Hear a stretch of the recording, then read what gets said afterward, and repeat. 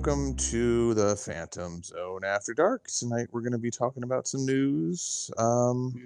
Yeah, news. It's, there's actually some happening. I mean, I can't say for sure if any of it's actually going to occur, but let's see what we can discover while we talk about it. Yeah. I'm also here. I am the Arlen. So yeah. Do we need to do all the intros, or are we just like that? You know who the fuck it is. Yeah. I'm never sure what we're doing. Hunter's full Mad Max with it. Just I don't give a fuck. Oh, see, I thought he was like Danny Glover, but instead of saying too old, he's too tall for this shit. I'm too tall for this shit. Well, he has to conserve his words. He has to pick and choose. I can't speak in long sentences. So would that make Connor the Joe Pesci of that relationship then, from Lethal Weapon 2?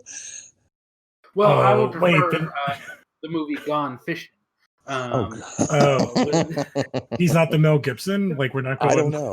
I don't know. Well, I'm not sure. So Gone Fishing has no Mel Gibson. That's why it's great for this metaphor. Gone Fishing, a classic that nobody has seen. I'm not joking at all.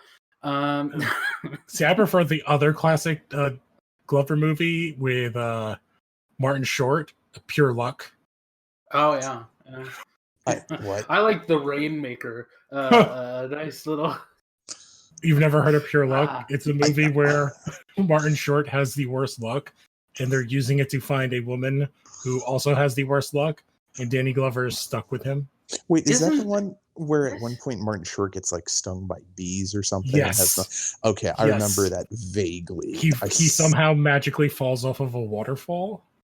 How soon after Liar Liar did this movie come out? Oh no, I think it was way before. Yeah. This is like 1990. Wow. Yeah, this is when Martin Short was still like a viable choice within a movie. So yeah, 1991. I think this is like the same time he did Inner Space. That sounds about right. Maybe a year or two after, but yeah. Yeah. Inner Space is a weird film. It ends on a cliffhanger. On a weird cliffhanger. It is great. Yes. Wait, what was the cliffhanger it ended on? It ends with like a car with the bad guy in it, like going after them, and then it's just credits. It just goes. God, I don't remember that at all. Yeah, I watched it like a year ago. Otherwise, I would not. Holy shit! This is way out. Inner Space is 87. Jesus Christ! Oh my! Yeah. God. There's no way to train out of this other than to just say. Well, that was the year I was born, and Erik was already paying taxes. Me and Hunter, not even sperm yet. I don't believe. No. Your glimmers in your father's eye. Holy shit! You are right. I'm now remembering that because it's the cowboy that they're chasing after. Oh God! At the end of Inner Space. Sorry. Yeah. Right. Yes. Anyways, again, there's no good segue to this. A lot of Witcher news happened in between when we last recorded. This one's closer to when we did, which is that there's going to be like a prequel series about the origin of the Witchers. Same producers. So yeah. Do we really need it? More than a Game of Thrones prequel. I think people who know the games and know the books maybe don't need it. I can see the value in this. I really like After All. Yeah, right. I really like the show. I watched it with my wife. She is never reading those books or playing those games, and she liked it. And so it's a fantasy show I could probably get her to watch. So therefore, it's for me. Yeah, no, my wife really enjoyed it as well as I did, and like I've only played part 3. I'm never gonna read the books. I've forgotten how to read. But just, I don't know. Like, to me, that just sounds like, hey, Netflix, let's slow our roll a little bit. Maybe do a second season and then do this. Like, it strikes me as putting the cart before the horse. I think it's also race because you have that Lord of the Rings prequel thing looming on Amazon. Yeah, that's still happening. Is there any other like sword and sandal D&D shows? Probably all low budget stuff. But like, there's nothing this big, I would say. Yeah, I think the Game of Thrones like finale kind of killed a lot of that stuff, and Witcher just popped out before. Hey, wait! Game of Thrones ended. I don't believe it did. I think we're still waiting on the after season 6. Yeah. Okay. Yeah. I guess I missed it. So Eric, I'm kind of on your side. I'm a little bit like, I just want the show to come back, and if this is coming before and it all like satiates that need to rewatch the first season again, because I've seen it twice and I don't need to watch it again. I'm in favor of it. Also, it's only like 6 parts is what they're saying. Okay, that's a great number. Yeah. Yeah, like it's they're not biting off more than they can chew. And it's very separated from the other show. It's different time. So it's just world building. So I don't know. This is a smart decision. If they're gonna do like a spinoff this soon, before they know that the show's can have a long-standing success outside of that first season, this is maybe the best choice they can make. So yeah, I'm curious. I'll see how it is. If it's bad, then has there been a bad Netflix live-action show? There are shows that I have had no. There's going to be. Well, yeah, there's going to. I mean, like, I guess, like, of the ones, especially of like the not to say the same genre, but like in the kind of comic booky nerd realm, I feel like. Are you joking right now? I don't remember. What's the one is a movie. Whatever. I'm not counting that one. That's a movie. Season 1 is. Oh, that's a. I don't count them in the same thing because that's like a weird anomaly bubble. Like of shows that I've actually watched, I can't think of any. But that's the thing. I don't hold on to shows that I consider bad. Really, the closest I can think of is I watched all of 13 Reasons Why season 1. That's the best example. You're a 15-year-old. I forgot that you really like those 15-year-old girl shows. No, it goes hand in hand with you. Yeah, that was the shows. Because like we just finished Umbrella Academy season 2, and we both like loved what they did. Right. And I know they're different things, but they're kind of in the same. They're on the same sandbox, but they're in the same playground.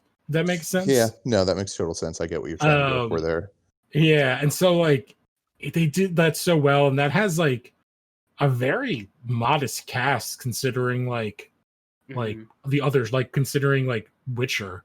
So the biggest star is the one who plays Klaus, I would say. No, what's her name? That plays the white violin. Well, no, I don't even consider her like a star. She gets top billing. Well, but no offense, Arlen, but sometimes your view on who is like the actual star of a show. I'm not saying she's not a big deal, but I'm talking about. I don't know what I'm saying. I'm also talking about like people. Are you talking about acting prowess? No, I don't even know what I'm saying. I forgot that she was that's who she is. Like I disconnect her from who she is a lot. No, just from like her public persona, I guess. It's very easy for me to just like forget. Oh, she's like a gigantic star. That just hit me. Like, no, wait a second. Yeah. Ellen Page is a gigantic star. She doesn't project like I am the biggest energy. No, she's the opposite of that. Yeah. Like I forgot she's an Inception, which is one of the biggest movies ever made. I would say bigger than that is Juno. As weird as it is, Juno is a cultural hit. Yeah, cultural hit, but like Hamburger Inception's phones. top 20 movies of all time. I want to say probably like I'm saying like yes, the film buffs, but like most people have. I feel like Juno is like. Talking about box office, Lou. Inception made $1 billion. Well, yeah, that's a big deal. But box office, as we know, doesn't necessarily mean that it has any type of cultural impact. Like, and Juno had a huge cultural impact. Like, I wasn't a huge fan of that movie, but even then, like, I feel like it was like a verb for a while. Like, I think it's fair to say both films had a gigantic cultural impact. They did. But I'm saying you can't discount the fact that maybe Juno didn't do as much as Inception, but Inception was bound to make a ton of money because Inception's like $150-200 million movie, and Juno's like 30? And a follow up to The Dark Knight. Sure. So I mean, they're both big deals. Like, now I think that she is iconic in Inception because of the things you remember in Inception. I don't actually think it's anything Leo does. It's the visuals, and if I'm thinking of performances, it's maybe her and Tom Hardy in terms of what people actually remember from that movie. Joseph Gordon-Levitt walking around the walls and ceilings in that one. Right, but that's the visuals. That's what I I'm remember saying. the top. There's a top at one point. Yeah, the top. The top and then a folding building. Again, that's the visuals. That's what I'm saying. The visuals are what the majority of people remember from that movie. Scarecrow. I think we're also. Film. We're also skipping that she also got really famous for like the shittiness of a director she worked with in the X-Men franchise. Yep. That was a thing. There's also the shittiness of her experience with what was it? That goddamn the French guy video game, the one with Willem Dafoe. David Cage. Yeah, how somebody made scans of her naked body or whatever it was. Yeah. Oh fuck! Yeah. I don't even think it was actually her body. Like, no, it was just the character model. Mm-hmm. Because she has done nude scenes, and that's not her body. Right. Hunter, what's the name of that game? The one with Willem Dafoe, the David Cage game. Oh, Beyond Two Souls. I don't know why I remember that, but I remember that. Hey, by the way, if you're listening to this and you like David Cage games, fuck off the edge of my dick. Fuck off the edge of my dick. No, they need a ladder. But yeah, but like, all right. Besides talking about, I do have to say, like, Umbrella Academy season 2. If you didn't like the first season, season 2 was really good, and not having to do like to explain the world, it does so much for a goddamn show, and it's just so much character development, especially for her. Like, yes, I feel like she got to be in the writing room. I feel like if you thought that she was maybe the weakest character in season 1, if that's what you thought, I'm not saying that that's what I thought. But if that is your opinion of her in season 1, she's much better handled in season 2, I would say. Which that character's the weakest character written in the book. Yeah. Right. Yeah. So, yeah. Aside from that, your initial question of Netflix bad shows, I think it just depends on what shows you watch. Netflix is very good at nailing down what specific people like and not having you be interested at all in things that you're not going to like. It's subjective experience to the nth degree. And I would add to that, it depends on how many seasons they go for, because my wife and I loved Orange is the New Black up until a certain point. I don't remember what season that we were just like, all right, this needs to be over. Can't agree with you more. I tapped out, but I watched the final season with my wife. I think I watched the first why 3. Netflix cancels so many of them, because they're like, if we that go sure too went long, on for they'll be like bad. that sure went on for like 8 years. Yeah. Hunter, what did you say? That show's still running. I almost forgot what I said. No, it's not on anymore. It ended a year ago. Yeah, and it ended well, but it should have ended like a season or 2 before that. It ended better than it worked. The last season worked better than the previous 3. Yeah. Like, I mean, because it got like real world like shit in it, which was great. Yep. I mean, that's a respectable thing to do. I think some of, not the best TV shows, but TV shows that I respect tend to do that. They fix it up in the last season. Anyways, we're still talking about The Witcher. I don't know why you even bother trying to delineate between speed round and main stories. It should just be, here's the stories, here we go. because your OCD won't let you. Yes. This is my one job on this shit. No. So speaking of streaming, the opposite of that is movie theaters. And why are they alive still? Okay, Lou, there were 2 Witcher stories. We still have to talk about the second Witcher story. There's going to be a season 2, no duh. They're beginning production. That's the main thing that I wanted to talk about. Those swords are almost like 6 feet long, so they can work it. Yeah. Well, okay. So they're beginning production in the UK. So I just wanted to say, interesting that they're able to begin production. I wonder if there's a reason for that. I wonder if there's some reason that they're able to start up production, but because the United States is a dumpster fire. Yeah, exactly.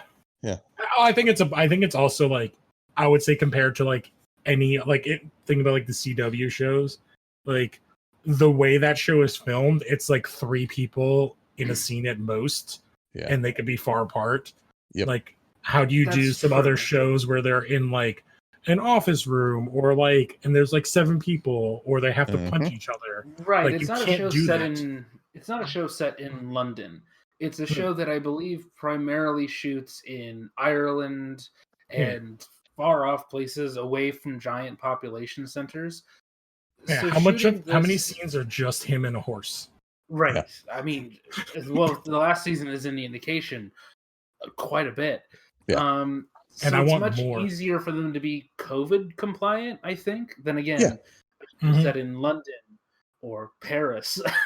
Well, and neither of those locations would work based on the setting of the show that they're doing. Like, you can't have the any type of subway entrances in The Witcher. Like, that's why the rule. Well, you can, but maybe that'll happen in Cyberpunk. I hope so. But yeah, I'm going Corpo, baby. They're mostly filming in the UK, and I believe again Ireland is sort of the center for a lot of this fantasy stuff, because Ireland still doesn't have great roads. Well, The Witcher is Polish. Wouldn't they just film in Poland? No. Because you have to remember, Hunter, you have to work with local governments. Yeah. And I don't know, like, you're a little too close to like where there's like shadiness. I don't know, like Poland is as bad as like Russia. Like, well, not Russia, but like the Czech Republic, Ukraine, and is it Hungary that people always film in for like dirt cheap? Yeah, I think it's Hungary. Yeah. I think any of that general area is kind of like a not unless we have to. Yeah, like, you're there to like launder drug money. Yeah. Well, and also that's not where most people shoot on the cheap anymore. It's almost exclusively Atlanta now. Yeah, or as I said, Ireland. Well, not Atlanta now, because Georgia's like not following the rules ever. No, definitely not. But before things became the way that they are, Georgia was a hot spot. Before things became the way they are, also Georgia almost lost a whole lot of business because their governor was being an absolute tool bag about they did lose gay a lot rights. of business. Yeah. So, and then also somebody screwed up a decimal point on one show and fucked the whole thing up. Yeah. That connects to maybe a main story that we're going to get to. Yeah, maybe it does. Anyways. Actually, 2 of the stories. Yeah. But yeah, with to go back to what was Lou, I gotta give you credit for it, and it's something you always do to me. Is that was a pretty good segue. Theaters, against all rationale, have decided that no, we don't want to stay closed. It's almost like they want to die. Or I think it's literally death throes of an industry. Yeah, that's what it is. Yeah. It's not like they haven't had time to try and figure this out, but they've just, it seems like most of the big theater chains have adamantly refused to try and roll with the punches. Like, they just keep trying to figure out a way to go back to the way things were, and sorry, it's not happening. I know by me, it's like it can't even be worth their while to like turn on the power with the restrictions. Yeah, exactly. Well, I mean, I guess you all saw that AMC is going to be like charging 15 cents for their movies initially, like something along those lines. I might only be like an opening weekend type of deal, but it's still just like, okay, guys, like, so you're gonna have an insurge or an influx of people coming in for that, and then you're not gonna see anybody. Right. And what, like, are they gonna have like you can only sit every third seat? Yeah. Well, in a movie group I'm in on Facebook, somebody had said like they live in Beijing, and it's like the most you can do is sit with one other person, and it has to be 3 seats on either side that no one is in. Wow. Yeah. I haven't even thought of the movies, and I went out to dinner tonight, like because we're like, I don't even know what phases are, like sort of open in restaurants in weird ways, where it has to be like kind of open air, and they set the tables like 6 feet apart or 9 feet apart, and no one touches stuff, and it's like, it's weird, and like you're just like, it's all, I don't know if you guys have done any of that, like gone out and tried to do stuff yet, but it's all weird. We order takeout still because it's partially because I don't want to take the chance I'll get exposed stupidly, or my wife would, or we expose everybody else. Yeah, you work in healthcare too, so it's also I don't give a fuck about that experience anymore. Like, I really don't. Like, it'd be nice to be able to go out to a restaurant or whatever, but we're not dying to. Like, I feel like it's, once again, another industry that, like, hasn't really learned how to roll with the punches. And I understand there's a lot more workings involved with, like, the restaurant business, but it's like, guys, you gotta figure this out. Yeah, by me, they're, like, doing really, I know, like, where I live and in DC, like, they're closing down streets and having it, like, open air, and basically restaurants are, like, a quarter capacity. They're basically opening enough so that they can have like some staff just be able to work to pay them. Yeah. And not have food go bad. Yeah. Yeah. Well, I mean, I know there's been a couple places near me that like have been selling their excess stock of stuff that they're like, know that they won't be able to cook because they don't have enough customers at this point. Yeah. We did that early on. We got like actually it was like a distributor for food was doing that locally. And we got like a bunch of sausage. Oh, nice. Yeah. Oh, yeah. Okay. But I had Nashville hot chicken. I had Nashville hot chicken. I don't know what you're talking about. There's a ghost. Ghost in the wire. Yeah, I don't know. Anybody else have anything to say about the theaters? I just have one thing. It's their handling of AMC Stubbs A-List. Maybe come up with a better name, AMC. Just a little.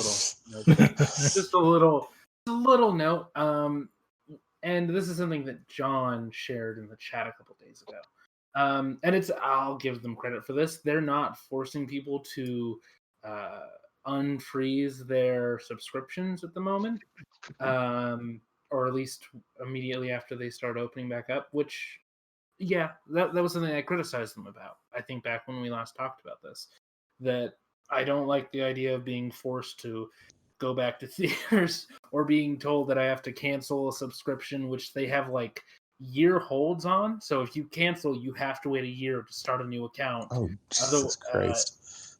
Under the same credit card. Yeah. Yeah. Well, it's a thing that they just do. I think it's a precedent that I think was set by MoviePass because they had the same rule.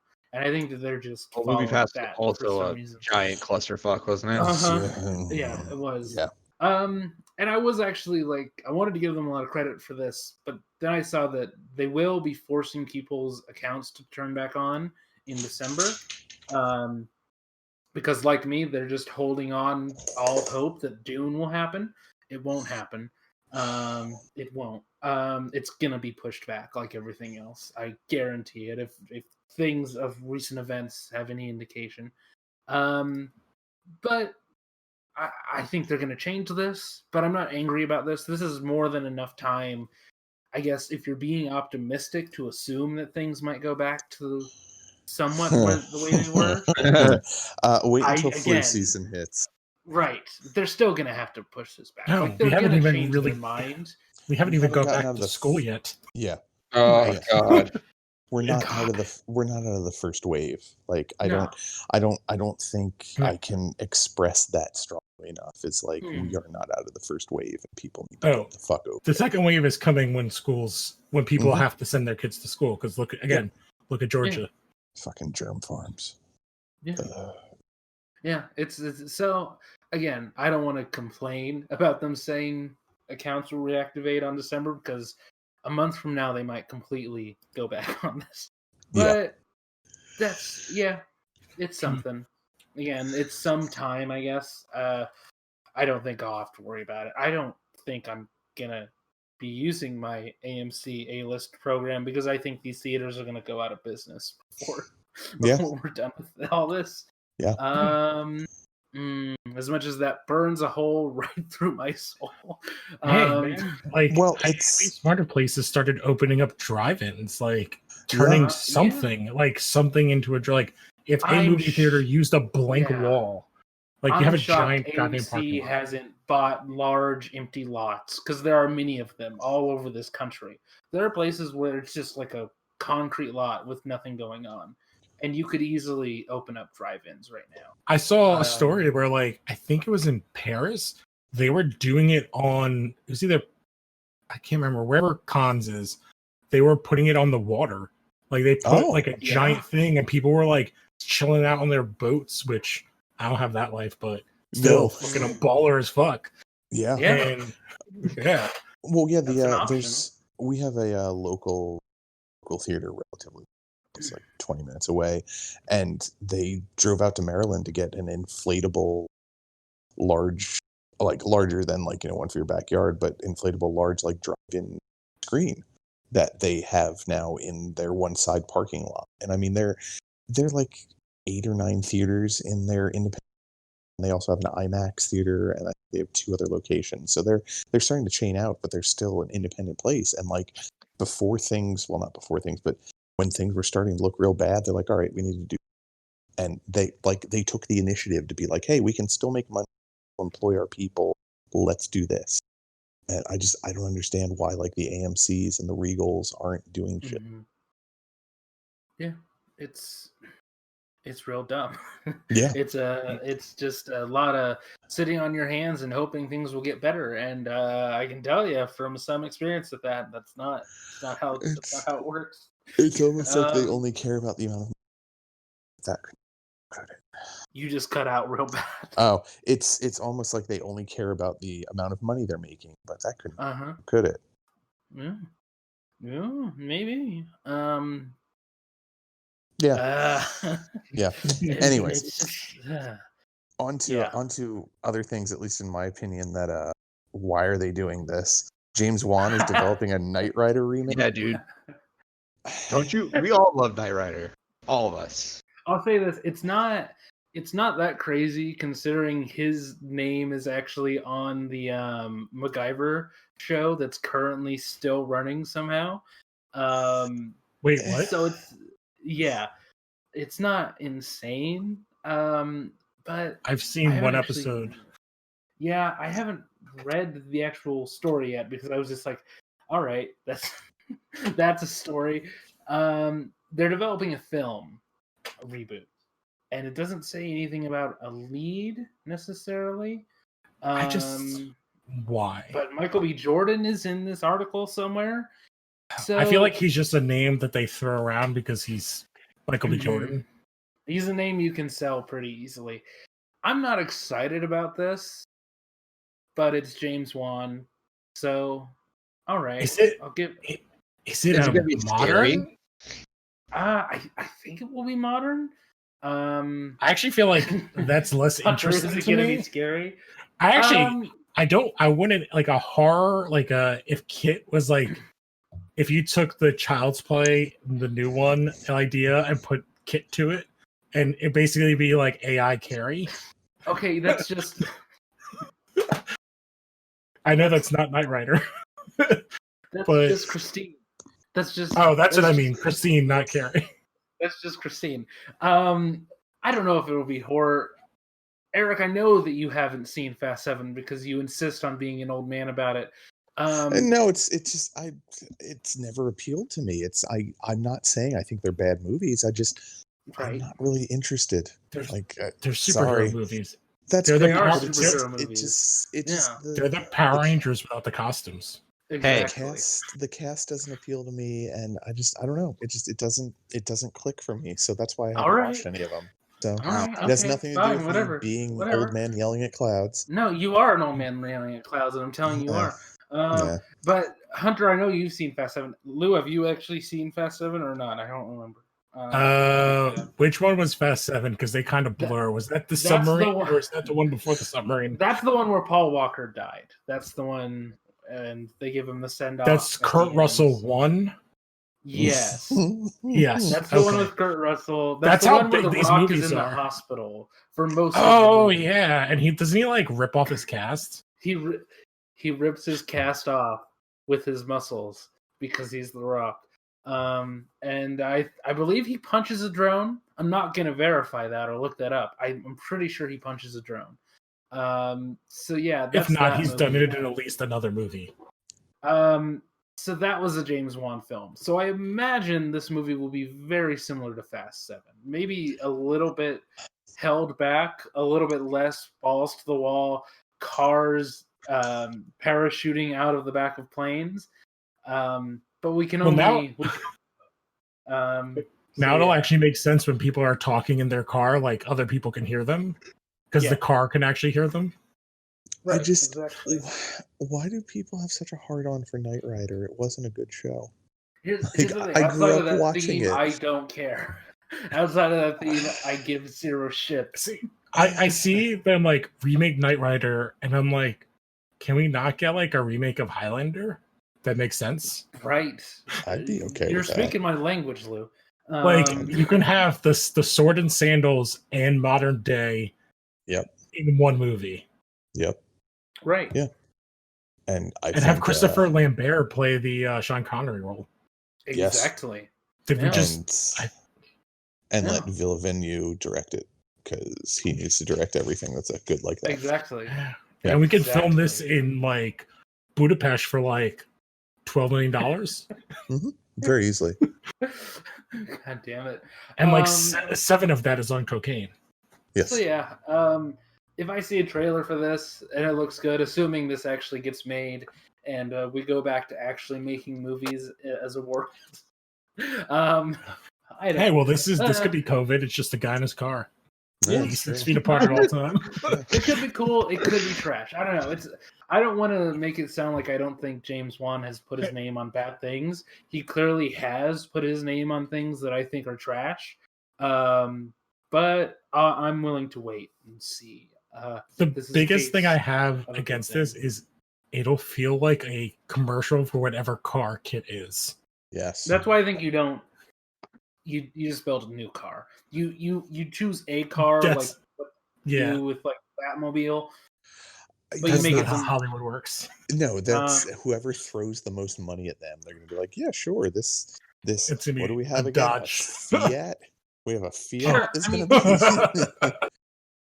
Well, here's the thing. If it means that the movie gets made for like $50 million, I'm kind of in favor of that because I'm in favor of movies not being made for like $500 million and everybody has to see it or it's that director's last movie, period. See, I see this as like a $200 million movie, 75 paid for by Dodge, and it's a Challenger, and then you can buy the Dodge Challenger Kit Edition. Yep. I mean, yeah, probably. Yeah. It will probably will go to whoever the highest bidder is. Like, it's not just it's not a mistake that the Ford Mustang was the car of the last Kit or Knight Rider revival. You don't have to do that. Like the Transformers, like why Bumblebee was a Camaro when he's always been a Volkswagen Beetle.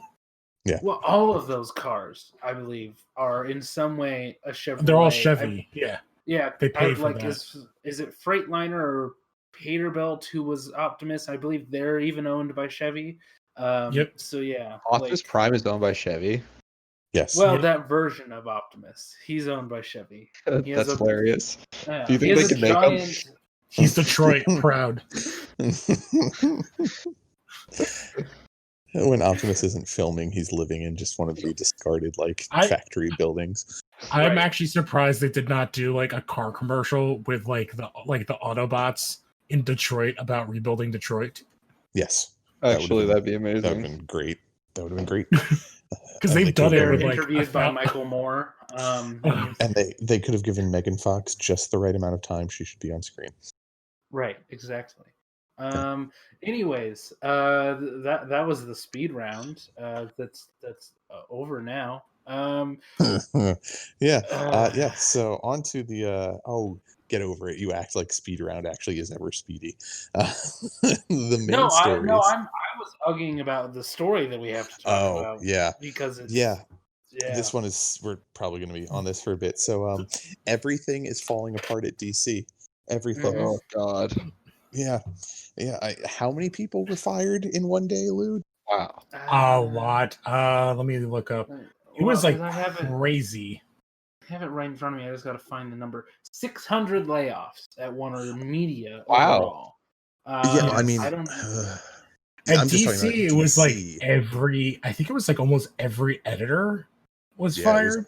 It was almost all the senior editors, if I remember correctly. Yeah. Like a lot of the like junior ones are still around because they're malleable, make them do what we want. And Jim Lee, for some reason, is still there. Well, he is, but not in the same position, which was like kind of breaking news-ish. Yeah, I saw that. Like which I'm not surprised by. I was actually surprised he had a job still. Well, from what I'd read though, he kind of has the same job but not title. So he's probably got a significant pay cut, but he still gets to do all the same stuff. So he had two titles before. He was publisher and CCO, basically editor in chief, whatever they want to call it now. And now he's just a publisher. And now I thought it was the opposite, that he was the CCO. No.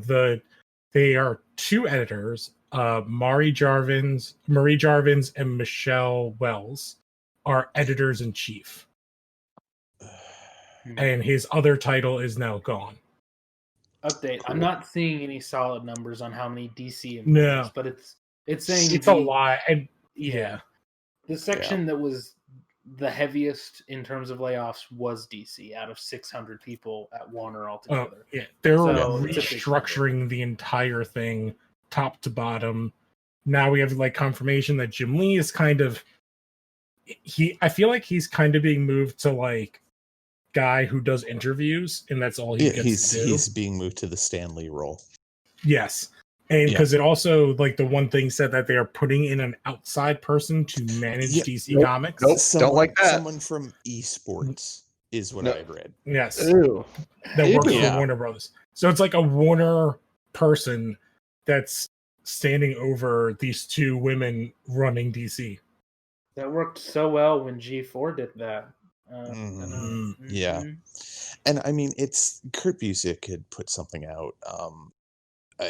He'd put out a pretty long series of tweets talking about how like it's hard to see the bigger picture on this, because this is all the result of big picture moves that were being done by the of WB AT&T, because we're also micro focused on like one or two particular areas. It seems like the end of the world. I mean, it's still it's not a good look when you're getting rid of people who've worked for DC for basically most of their entire career and have kind of made DC what it is. But it was an interesting way to look at it, that it's like, all right, this is bigger than just these smaller areas you're looking at. Like, this has long-standing and terrible ramifications for this company as a whole. And it does. Yeah. And I would say, like, I feel like this started last year when they got rid of DiDio. And it's just been waiting for the other shoe to drop, and this is the other shoe. Yeah, that was kind of just like testing the waters. And they're like, all right, that worked. We didn't get a whole lot of blowback. All right, let's go. Yeah, because I'm looking, so these two, the one woman she was executive editor of Global Publishing Initiatives and Digital Strategy. That's Marie Jarvis. And the other one was the executive editor of DC's children and young adult stuff, which has actually been fantastic over the last couple of years. Well, it's also been huge for them. So yeah. So they're an interesting combo, and it is also great that they're women, which has been like a big problem in comic books. So it is, but my thing is seeing like the people who were in charge of the collected editions are out. Like the people who were kind of headlining the DC Black Label are gone. Yeah, I was gonna say, like, every book I've pretty much read, all the editors are gone. Yeah. So it's all the Black Label people, all the people doing Neil Gaiman stuff, all the people doing, who was it? But basically all the mainline books, some of the Wonder Comics, which is like the younger reader, which the one I really like is Far Sector, which is like the new Green Lantern one. They're all gone, and like it's just like all these kind of books that were popped up over the last 2 years, all those editors are gone. It just, I don't know. I feel like this, I'm not going to say it's the end of DC. Like they're going to still put out comics, but it's going to fundamentally change a lot of what's coming out of there. And that happening is going to fundamentally change the other stuff that's tangentially, and not even tangentially, the stuff that is connected to the DC comics, like games and movies and things of that ilk. So I don't know. Yeah. I don't know what to think is going to happen at this point. The one thing I have to say is, like, compared to what was there in charge, like, say, a year ago with DiDio and what Jeff Johns was, like, running stuff, like those two guys, it can't be worse. Like, books were never coming out on time. Like, you talked about the collector's editions. Books that, like, the guy who's running stuff is writing are not coming out on time. I don't even think that Shazam book that Johns is writing is finished. No, it's not. Wasn't it ridiculously like delayed by like the second issue or third issue? I think it was supposed to be like a year. I think it's only supposed to be like 8 or 9 issues, and they're at 6. Like it's been like over a year. Not like the Doomsday Clock was supposed to be like 7 or 8 issues and took 2.5 years to come out. So like, and then that's just John's, like the DiDio stuff of like destroying all the old sidekicks that everybody loves, which they're like starting to dig out, except for Roy Harper's still fucking dead. And while Wally West has fucking Dr. Manhattan's powers. And it's like all this weirdness, and then like that got shoved on a bunch of writers for like this idea of continuity. And after DiDio left is when we started getting news of like all these very popular writers are kind of going to get to play with their own specific continuity. So like the White Knight, like Sean Murphy stuff was going to be it, and Snyder just announced like a month ago that he's leaving like mainstream continuity at DC and going to do his own shit in his little pocket. Which Morrison has also been doing a Green Lantern for like 2 years or 3 years. And Neil Gaiman had his, which seems like it might be dead now. And then that seems like a really bad way to run a comic company. Like the idea of when you're reading comics is you want things interconnected. Like that's what I've always enjoyed. It's like, here come these guys from this, instead of like, no, this is my pocket and I'm only doing this with these people. Yes, but it's like comics are such like a weird thing now. Because I think even if you go to the other one, like to Marvel, with all the stuff that Hickman's doing with the X-Men, I know he's done like other big line books, but the X-Men are kind of still in their pocket thing there. They're creeping out a little bit. The X-Men have always kind of been in their own little pocket universe. They've they'll have crossover stuff, but they've always had such a rich history that it's not that they really need to have anybody else pop up that much. But like stuff like the Avengers, like you expect to see like all of these other people to pop up in, and it just, I guess, like, I don't know, compared to like the world changing stuff going on in X-Men that's like not crossover really in any other books is weird in that sense, continuity wise. But like it's weird looking at the two companies because they've used their, because they're both obviously owned by like two of the biggest conglomerate corporations in the world. And Disney's been using Marvel to basically test run story ideas for the movies and TV and whatever, and then keep popularity in characters. And DC and like Warner Brothers has ignored DC. Yeah. Like, I don't know what, like, they haven't done anything. They don't promote it. They made the app, which is also dead. Yeah. Basically, like. Well, that was another part of the story was that the DC Universe app, like, yeah, it's all of the stuff that was supposed to be on top of the comics is now moving over to HBO Max. Like, all the everything shows. everything's been confirmed to do so. It reminds me of an old bit on this show at this point, which is older than that, the idea of DC as a closet that is just holding ideas that occasionally people walk in and they're like, I don't know about this, and they go back to the files of Batman stuff that they were. I was going to say, like, reading. it's a closet, but there's a giant Batman standee in front of everything. Yep. And behind that Batman standee is a Superman standee. Yeah. Well, all the Batman stuff is not in there anymore. Everybody else is constantly looking at the same Batman stuff. Yeah, I was just saying, like, they're doing a Batman TV show again, and there's. Mm-hmm. Yeah, well, I mean, the fact that they like announced there was going to be a spin-off from the Matt Reeves Batman movie. There's going to be a show, and they announced it for HBO Max and not the DC Universe. It was just like, oh, okay, so this has been in the works for a little while. It hasn't. Oh, yeah. And having the new season of Doom Patrol on there simultaneously. It's like, well, then it's basically, weirdly, the DC app is where you go to get all the old animated stuff and comic books. Everything else is on HBO Max, basically. But even the animated stuff, they're moving towards HBO Max, because I saw that like not all of it, but a decent amount of their like animated movies are on.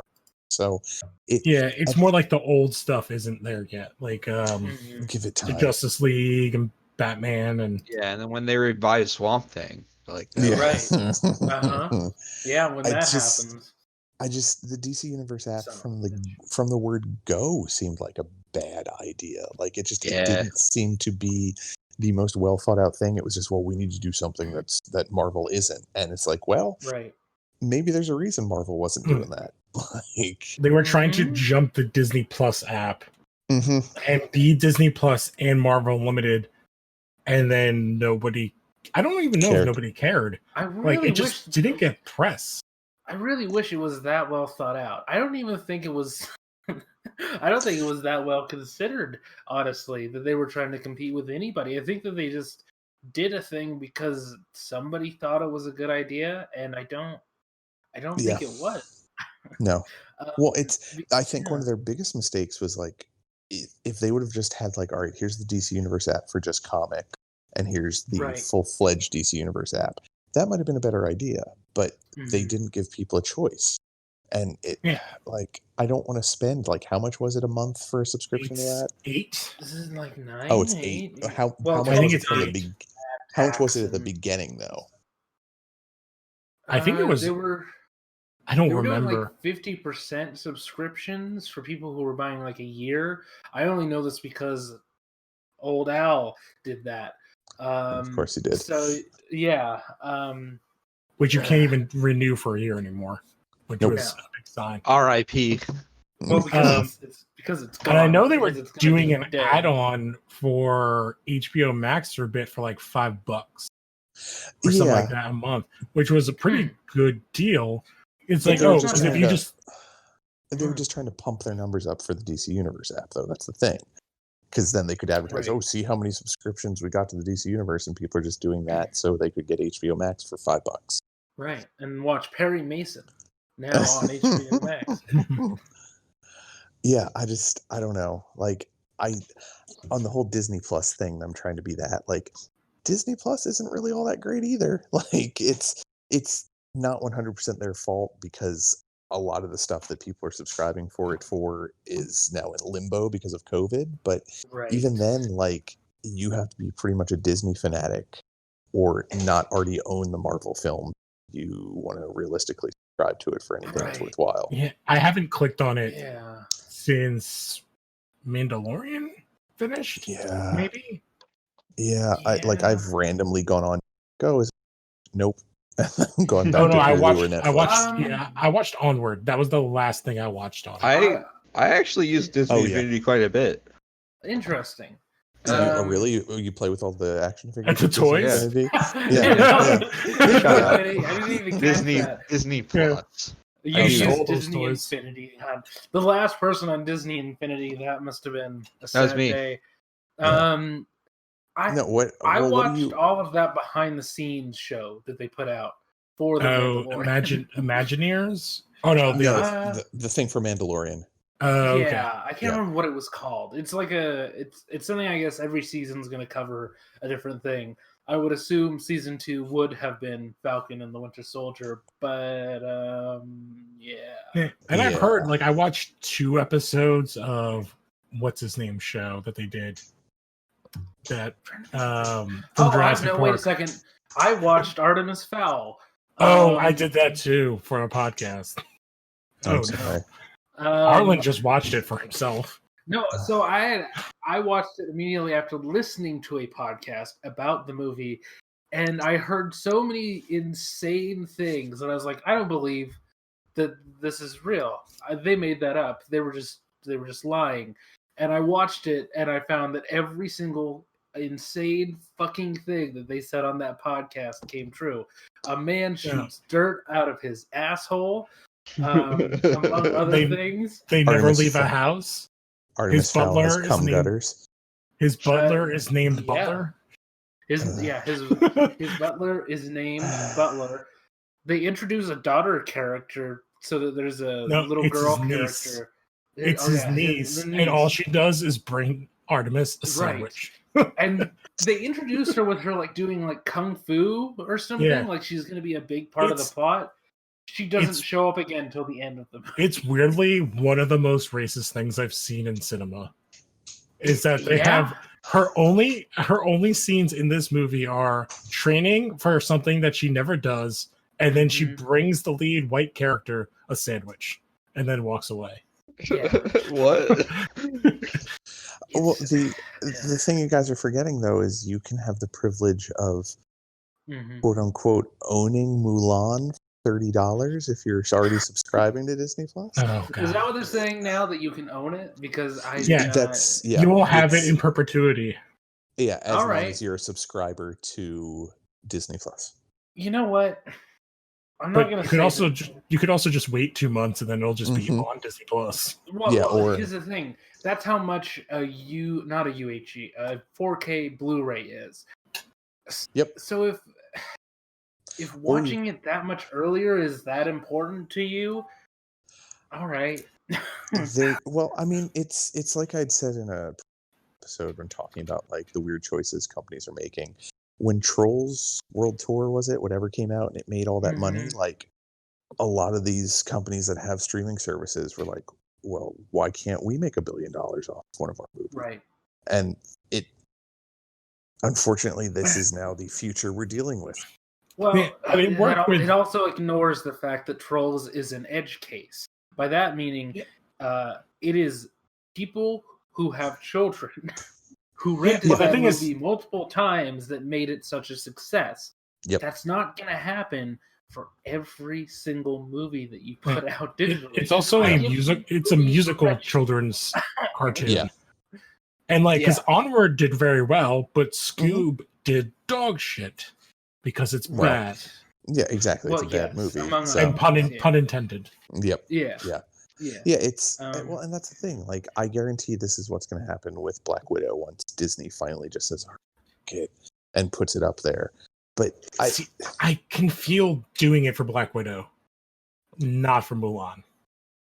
But no, I mean they're going to put it up. They're going to put Black Widow up there for $30 regardless. Like that's what's going to happen. But I don't know. I can feel doing it. Like I could feel like inviting a couple people over and then spending $30 for Black Widow. For Black Widow, I have no drive or one come over. Yeah, I can see. Yeah, I have no drive or anybody like for Mulan, especially because like from what we know about the remake, it's like there's no mysticism in it because of China, so it's just like crowd, like not to be like it's very much like a Chinese kung fu movie by Disney. Yeah, exactly. So it's going to be even more neutered. Yeah. No Mushu, no watch. That's all I'm saying. Yeah.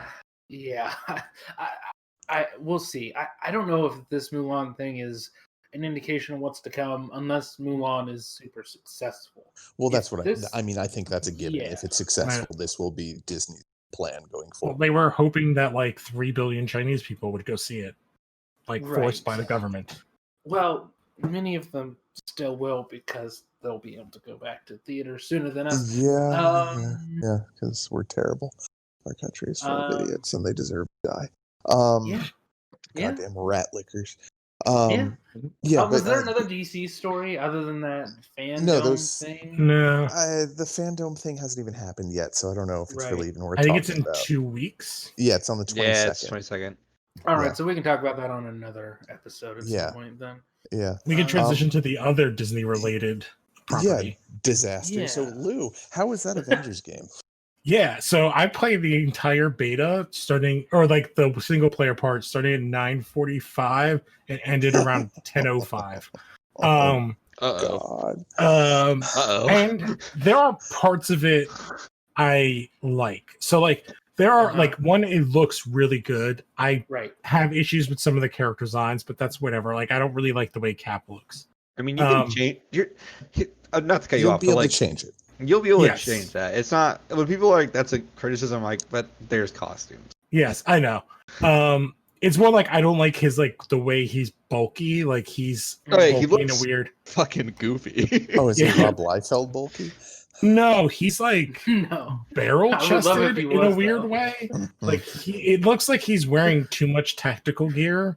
Like Give me a game designed by Rob Liefeld and I will play the shit out of it. Dude, you're fucking there's nuts. no hands and feet, and you're just covered. Yeah. You're just covered in pouches and bandoliers. Legitimately hilarious. Ugh. I was gonna say, like, so yeah, like everyone's seen the videos. I actually felt like when I was actually fighting things, it was very fun. The part of the game, besides the quick time stuff that I hated, was the Iron Man flying section. Interesting. And has anybody, this is going to be like a real bad comparison, ever played the Green Lantern movie video game besides me? I have. It has that flying has very similar mechanics to those flight things. Do you remember what I'm talking about, Hunter? Yeah, Like, I know exactly. yeah. Yeah. And so he's the character I feel like looks the best because it's Iron Man. It's pretty easy to make him look good. But his combat is the weirdest because you can actually enter that weird flight mode in the combat. What? Yeah. Why would you do that? I don't know if like it's part of the issue with the beta. Like I did it and I was like, what the hell just happened? Like I literally like went up and then went horizontal kind of and like started shooting, and you can go up and down as Iron Man. And like everyone said, like the battle areas are very small circles, which are kind of goofy. I know people have complained about the floatiness. I actually didn't mind it because I think it makes sense for the only characters I felt were super floaty were Hulk and Thor, and I feel like that makes sense for them. Like I feel like they should be kind of floaty, like the way Hulk moves. Cap's fighting he was the least fun to fight with. And I honestly think it's like people. So Cap's shield makes sounds, and as a comic book nerd, I am like, it shouldn't make any sound. It's vibranium.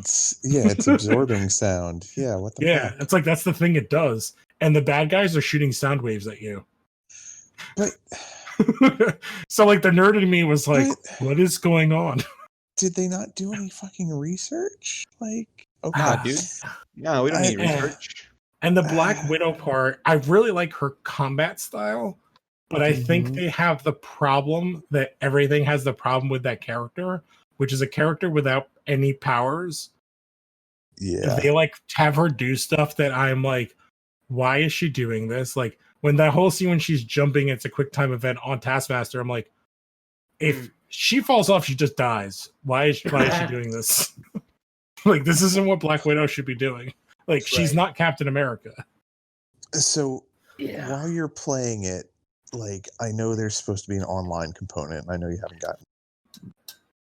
but can you kind of see like where they were getting their ideas from? For the online, like I have no idea from what I played how an online component even works. It makes no sense because it feels very like if this was the whole game, I would actually be kind of fine with it.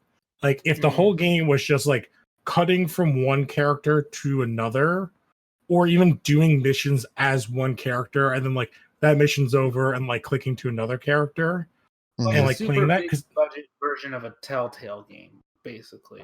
Kind of, but like with kind of like describing. Yeah, with but a like little bit with more control. When you're fighting, you're actually fighting. Like it fights like a bad God of War, like when you're Thor. Great. That's not what I want to hear. Oh no, this is not good. Yeah, as somebody who played that Spider-Man game and fucking loved it, this is not. If you've played that, you're like super. Because the thing that's floaty is the bad guys are floaty, which makes sense for Thor and Hulk and doesn't for any of the other characters. I did have fun playing as the Hulk and running and jumping and smashing things, and you can like there's a move where like you can rip up the ground and throw hunks of concrete at people. That's pretty sick, actually. And like and when you do moves, it looks fantastic. And like when you power up, like when you're Thor and then you do like the Ragnarok thing where you charge yourself up with electricity and beat the shit out of people, it's very fun. And it looks awesome. But it's such a small, it's like this section of the beta, especially playing the beta for Final Fantasy VII, which is like a huge fucking like beta, not beta, what was it? That they did. Well, what, you just mean the part one of like the demo? Yeah, like that huge chunk. And like I've played other betas, it's so small and it feels so unfinished. Like there were glitches and stuff that were going on with like this game comes out in like what 3 weeks? Oh no. Yeah, there was like random debris floating in the air as I was like running around, like just hovering. Oh, like, guys, what are you doing? This is something like Hunter and I have talked a little bit about, and I'm sure you can back me up, but like this game originally was, I think, supposed to be single player, and then midway through the production they probably scrapped that, because I can remember seeing like posts about like Crystal Dynamics looking for like online like experts essentially. So it's something Hunter had said about Anthem, if I remember correctly. Yeah. So what is the online aspect shown? Because I haven't gotten to it yet. I have a guess of what it is. So basically what it is, it's basically Destiny. Like you put in the lobby. I guess a more accurate comparison would be Anthem. What's that game? Warframe. Oh God! So it's like you're putting the lobby. Free-to-play game. Dude, that game is actually really good. I know. So I know. Are you just like an Inhuman? No, you're an Avenger. You're one of Yeah. Oh, okay. The Avenger. It's a gas game. Technically, it's just Destiny. And that's where they're going to be able to introduce other characters. Like that's where they're going to be able to put in all that's the eventual DLC. That's not even like a bad idea. You just gotta do it right. Okay, because that's not what I thought you were going to say. Because the story is like the whole. I don't remember what the event is called in the comics. But that's. No, is that what? No, I'm just kidding. That's what it's called in the game. Yeah, like wherever Kamala Khan would like the Terrigen Mist get released. I always remember it from like the Static Shock thing where it's like Bang Baby thing. Oh, it's the same fucking thing. Is that the one where they released Terrigen Mist and killed X-Men, or is that the one that's the stuff that happened during the Hickman Avengers run, if I remember. I think so. It's where Kamala becomes an Inhuman. Like her entire origin story. That's what it is. It's that event where like they have a crystal, shenanigans happen, and the mists get released over. I don't know why they're in San Francisco. So are they going to make Kamala not from New Jersey, which I'll be very insulted by? God damn it, she is a superhero from Jersey City, and I want her to have the ugliest accent on earth. I understand why you're attached to that, but like of all the as the West Coaster on the show, of all of the West Coast cities for them to choose her to be from, that's like close-ish to her comic book version, that's the closest, I would say. No, if it was that, it would be like kind of Compton. Yeah, Jersey City is the fucking hood. Again, Lou, dude. I'm from the West Coast, and I'm telling you, San Francisco. Also, Orange County, not Orange County. What the fuck is this Orange called? County is a lot of white people. No, I'm thinking the opposite of Orange County. God damn it! What am I thinking? Compton? Of? No, it's in San Francisco. Oakland. Oakland. That's what I'm thinking of. Yes. Yeah. Okay. Yeah. Oakland makes more sense. But Yeah. like, she's from Jersey. I mean, that's where Black Panther goes at the end of Black Panther, where he's like. But it's also like, do we need any more heroes from Cal? Like, why can't it be from New Jersey? There aren't very many heroes from Hey, California. how about New Hampshire, huh, guys? You know that there was a whole West Coast Avengers, right? I don't care. Most Marvel characters are from the East Coast, Lou. Yeah. I would say there are too many of them. The X-Men all moved to San Francisco years ago. Yeah. We're all the superheroes from New Hampshire. That's all I'm saying. Yeah, exactly. Well, isn't D-Man from New Hampshire? Maybe. I wouldn't be surprised if he's from Boston. It sounds like this game is not going to sell well. I definitely would not drop $60 on it. I am going to wait for it to be not 30 right to 40. Yeah. 30 to 40. I don't understand why they didn't do a single player game and make it as strong as possible for their first outing.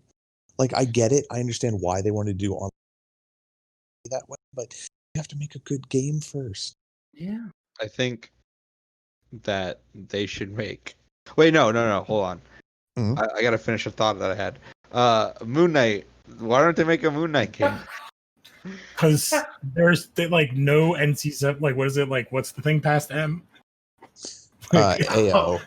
AO games. No, they can't be sold in America. Was that your only thought, Hunter? You didn't have anything? No. Hold on, I forgot what I was going to say. Never mind. God damn it, Hunter. If this was a single player game and they wanted to do an online one, I feel like an X-Men Online where you can just make your own mutant. Yeah, no, that'd be amazing.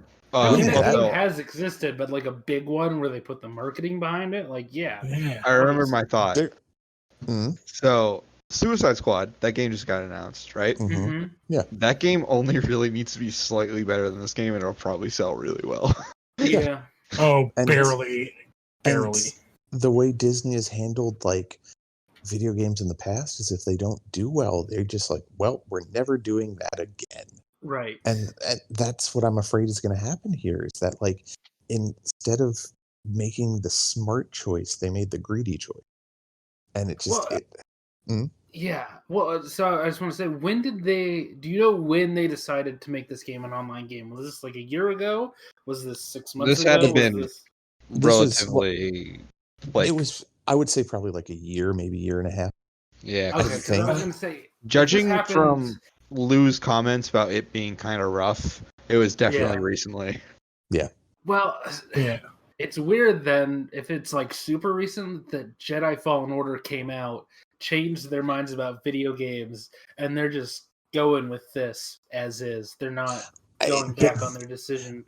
I don't know though, because Star Wars it has been a proven entity, video game wise, and especially a single player Star Wars game. Even most of the time, if it's dog shit, it'll still sell well. But there haven't been any since Marvel took over Disney, or Disney took over Marvel.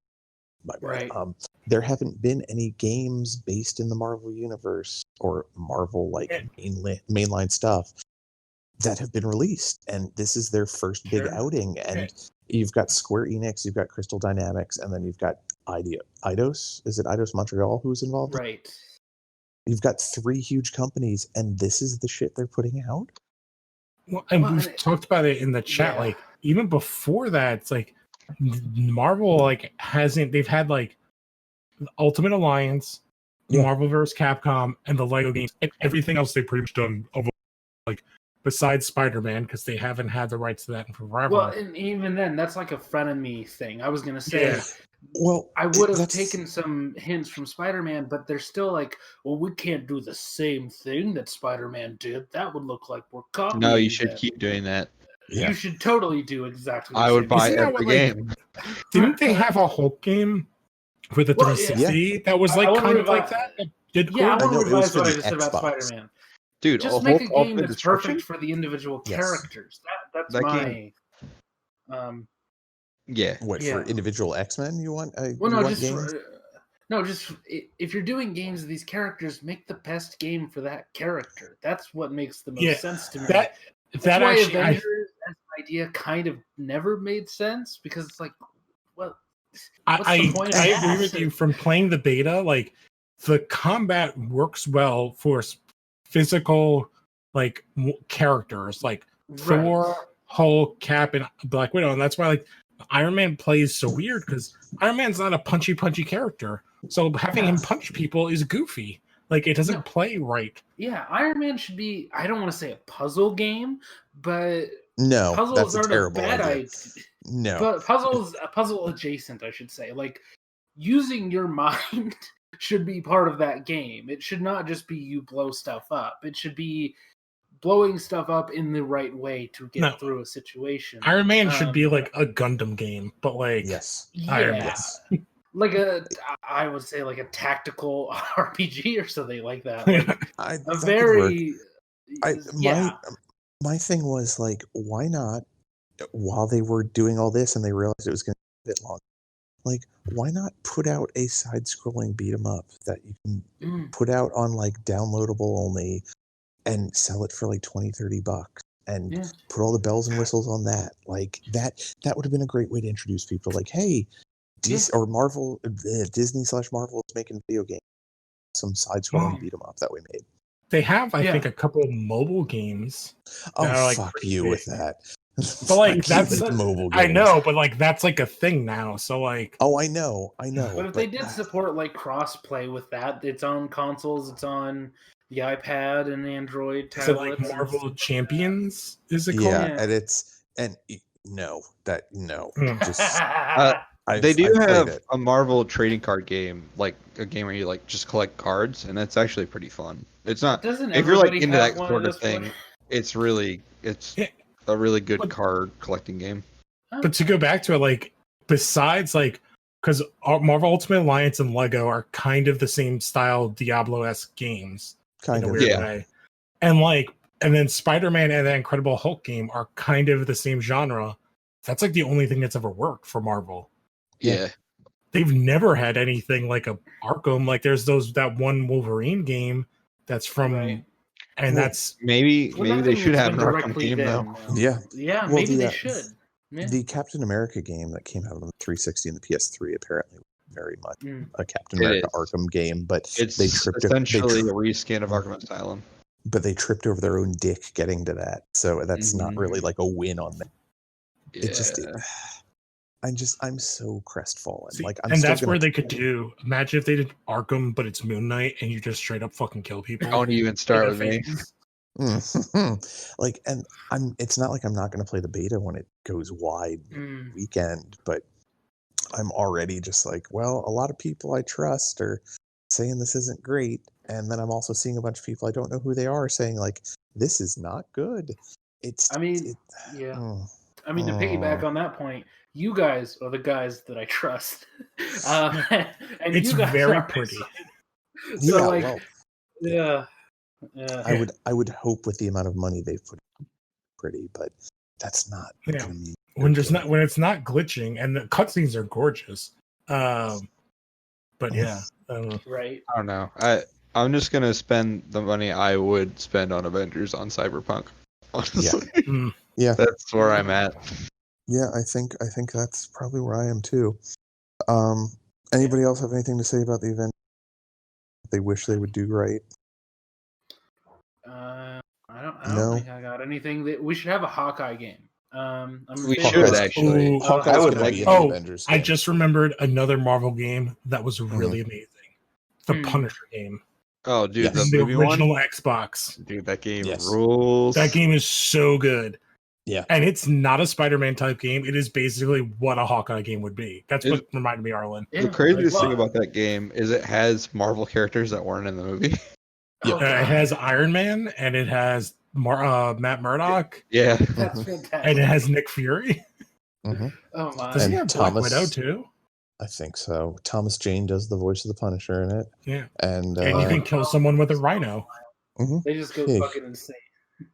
But it's kind of like Max Payne. Like a Max Payne style Hawkeye game would be fucking rad.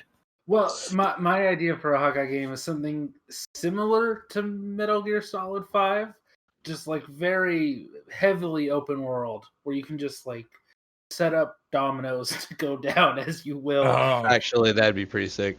Like kind of like Sniper Elite or but you have the ability to just like move things in exactly the perfect way so they go exactly. That would actually work as just like a Hawkeye Black Widow game. Like you could choose either, and depending on which one you choose, opens up what you can do on the missions. Yes. Do that with Taskmaster. Why not? Fuck it. Yeah. Fuck yes. You have bosses that can like be aware of what you've done to manipulate the situation to your benefit. A Hitman style game with Black Widow. Okay, all right. Now we should just be hired by Marvel. Pretty much. We would make them $1 billion. Yeah, you can bill us at Phantom Zone. Yeah, I can give you my Venmo, Marvel, if you want. Yeah. It's tall _ boy 7. It's not. It's actually at Hunty's Money. So if you want to send me money for no reason at all, go right ahead. The employed guy sending money.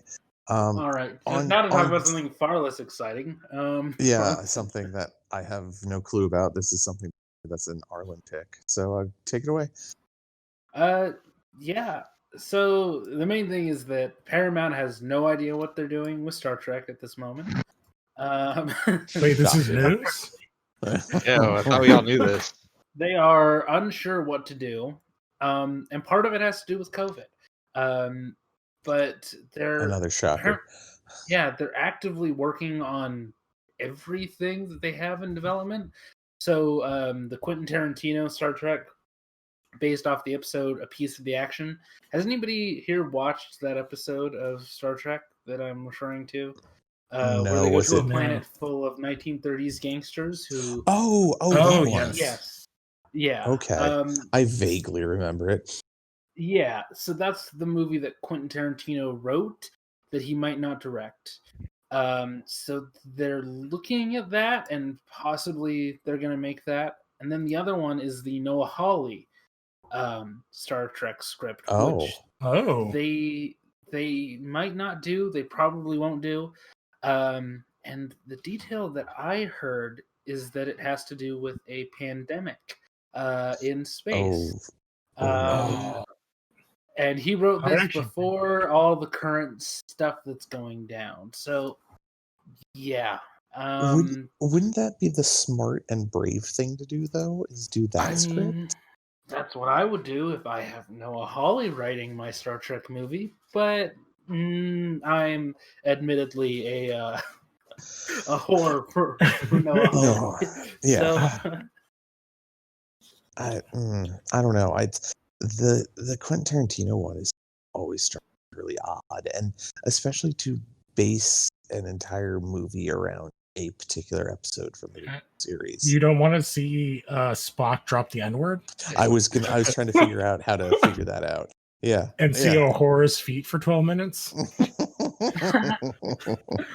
I'll say it's just an alien that's just all feet. Yeah. You joke. The Quentin Tarantino one feels like two great tastes that don't necessarily need to go together at all. Like, I get doing Quentin Tarantino 1930s gangster movie. He's talked about wanting to do that before, and I would be very much for that movie. And just a Star Trek movie where they're going for like a specific episode like that, and they're just gonna pick one at random that maybe not everybody has seen, but it has an interesting concept. I'm kind of in favor of that. Did they ever say what universe it would be in? is it in the new movie universe, or is it in the old? Presumably it's in the Kelvinverse. That's the thing. They're talking about maybe rebooting the movies again. I don't think that's a good idea. They're still talking about the idea where it's Chris Hemsworth coming through time and helping out the Chris and Chris movie. Yeah, but he's his character from Men in Black. Right. Exactly. I don't know if we need the two Kirks idea. I didn't like that when they said that they were going to do that back when Beyond happened. As a surprise, it could have worked, but now that everybody's heard it, well, we've known about it since that movie came out, and we're like, okay, that's an idea, I guess. I don't know. I'm really I'm on board for the Holly, but like I'm on board for anything that he does. I was on board when he was maybe gonna do a Doctor Doom movie, which probably isn't gonna happen.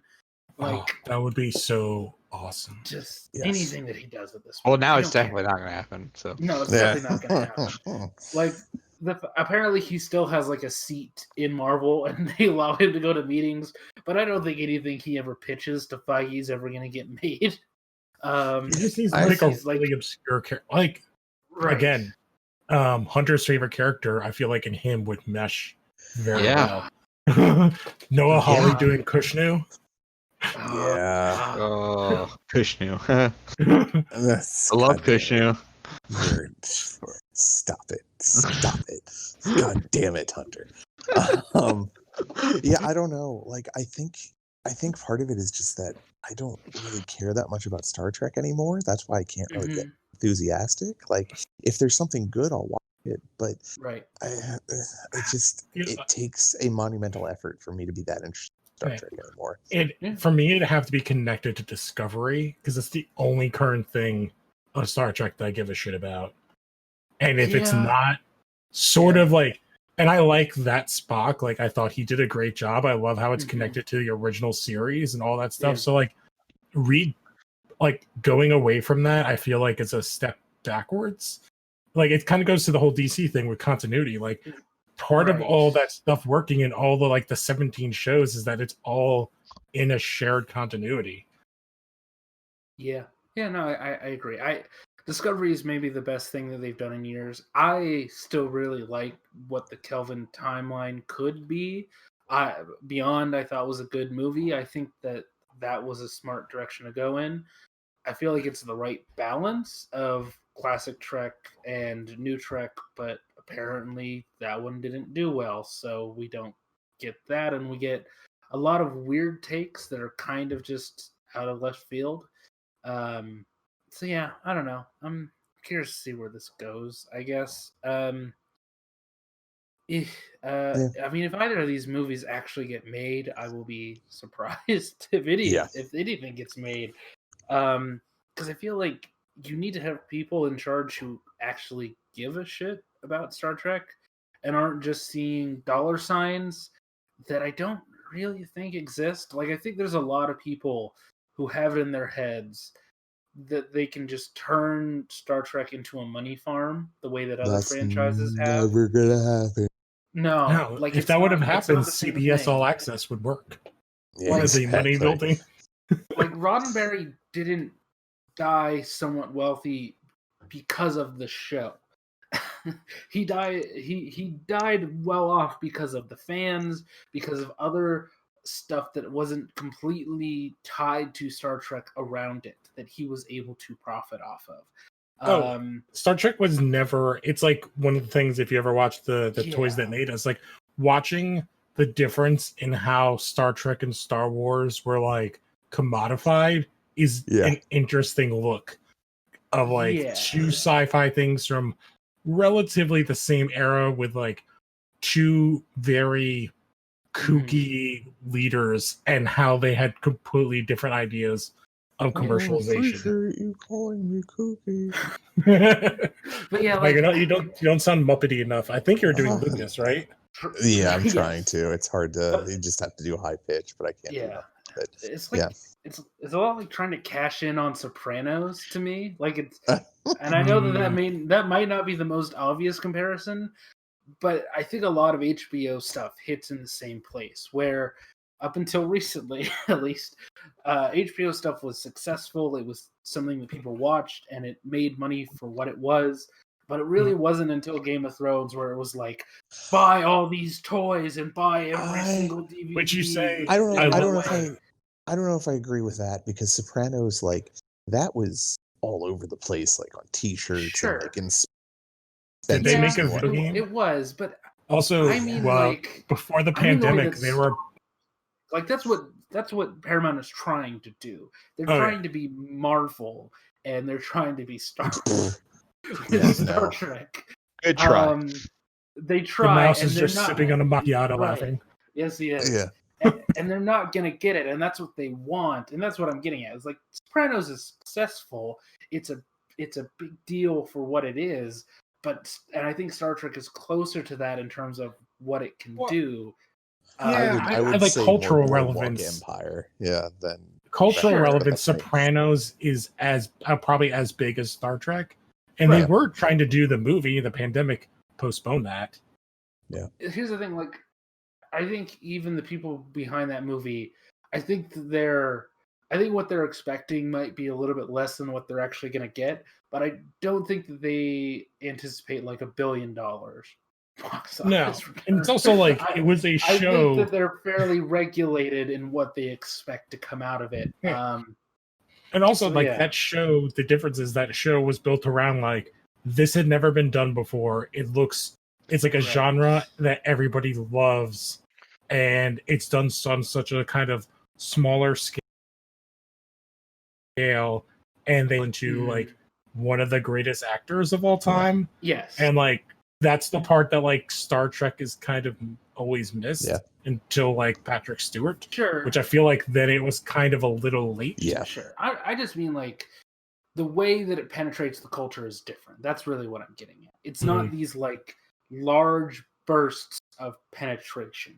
It's a slow build of people watching over and over again and appreciating it over and over again, versus everybody going to the theater to see every Star Wars movie with their family members, people who don't even like Star Wars going with them. It's a different kind of viewing experience, and I'm curious to see if Paramount will realize that they can't really turn it into that same kind of cash cow. Probably not. No, because I think never learned their lesson.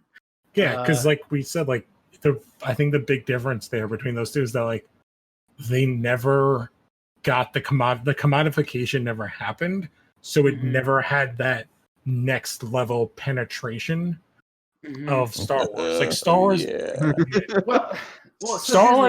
Star Wars was like airtighting everybody. It was in all the holes, and Star Trek only went like one.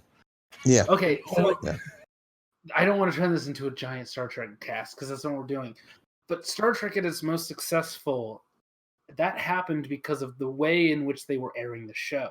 They were airing it through syndication, and that allowed them to not have a singular place where you could get Star Trek. You could get it through your Channel 4 or through a cable network. It got to you in so many different places, and it was very accessible. That's why the show managed to have 2 shows airing at once for like 10 years and be hugely successful before it died off. Yeah. And that's because syndication started to die off and become solely the place of older shows being rebroadcasted. Yeah. So once that ended, the show started to die.